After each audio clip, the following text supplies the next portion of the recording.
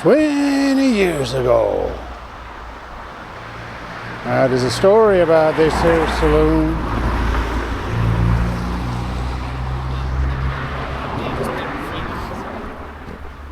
When John Nelson and Chris Clark used to rake it in. It wasn't 20 years ago. It was only about 6 or 7. And then the Coach and Horses lost their manager, Chris Clark. He went off down to the Fat Badger just down the road. He'd had enough of John Nelson. And John carried on the Coach and Horses. He's been the owner and the landlord of the Coach and Horses for 30 odd years. Used to own what's now called the Tap and Spile, just behind it. Used to own that. When he owned it, it was called the Belford. And after Chris Clark had left, it kept going. I mean, the Coach and Horses was the place to go. It had no music, it had no TVs,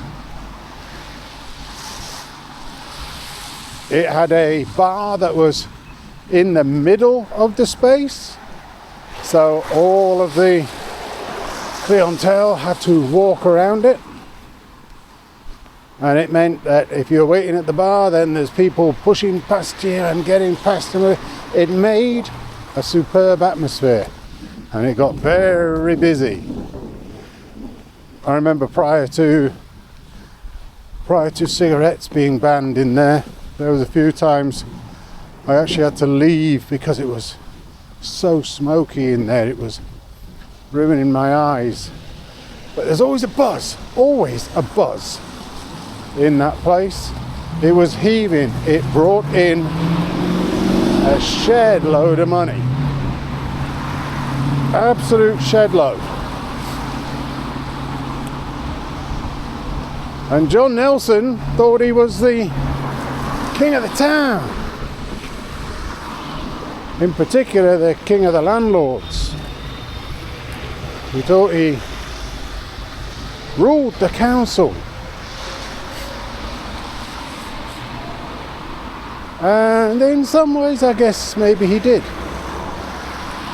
Then he started drinking a little too much himself. Maybe he'd always been drinking a little too much, but he got caught drink driving more than once. Lost his license a few times. And then COVID hit and everything went to pot. Once COVID hit, John Nelson decided that he wasn't interested in these rules and regulations that the police, the government and the local council had put in place. So while everybody was closed, I think maybe he secretly opened up to his regulars. But he also had times where he had tables outside and they would serve to people on the pathway. And the council decided to do something about it. So they came along and they told him, nope, you're not doing it. Close down. So when they came along, told him to close down, he'd close down. Then a week or two later, they'd realised he was back doing the same thing all over again. And they'd close him down. And this went on a couple of times. Then one time when they came around, they had a particular piece of paper which said he'd lost his licence. His licence to hold a pub. He's licensed to run a pub. He's licensed to sell alcohol to the public. And throughout this period of time, of course, John had been getting stressed. He'd been drinking. Maybe he'd been a bit snorting. Maybe he'd done a bit of Mary Jane. But by all accounts, he started using some syringes. Now, I know there was stuff involved. I don't know exactly what stuff it was. But he went downhill. He went down pretty fast and pretty hard. And the place had signs on it which merely said under refurbishment.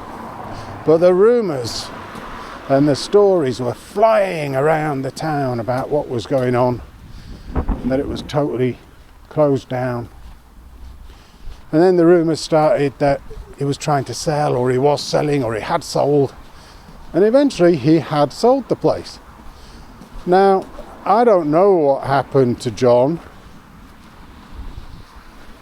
He was a really great guy, but he just fell off. Whatever it was that he fell off it. And so these new people came in and bought the place. And they took out the middle. They put the bar around the sides. Made it into a big area. The prices, of course, hiked up. And nobody went there. It became a posh joint, just like everywhere else. I mean, right next door used to be what's called the Muckles. So the Coach and Horses and the Muckles, they were two pretty traditional old style pubs. The Muckles had loads of TVs, they had sport on, they had music available, they had a pool table in there. That has now become something else, 3 something. The Coach and Horses has kept its name, but it's no longer busy because it's no longer where people want to go. It's a traditional pub originally, and they killed it. They stopped it from being a traditional pub. They made it into a standard modern pub. The type of place where it's 10 a penny, and that's why there's so many going out of business, because it costs a fortune to maintain it. It costs a fortune for your beer, and people aren't prepared to pay those prices.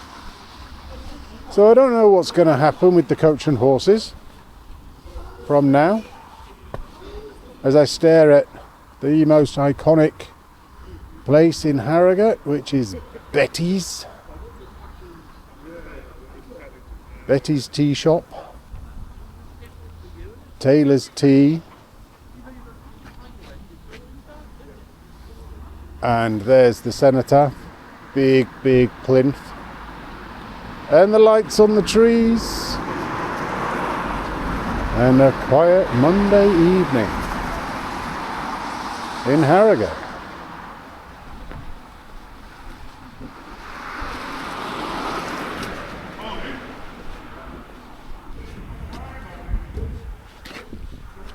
And this is like a sundial.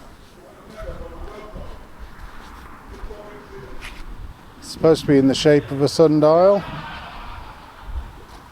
and it is quite stunning. I don't know what that's supposed to say. Certa Esticito. What's it say on this side? Army Apprentices School. That's a penny pot.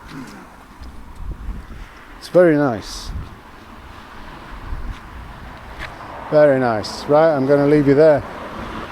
There's a little story about when John Nelson and Chris Clark used to rule in Harrogate.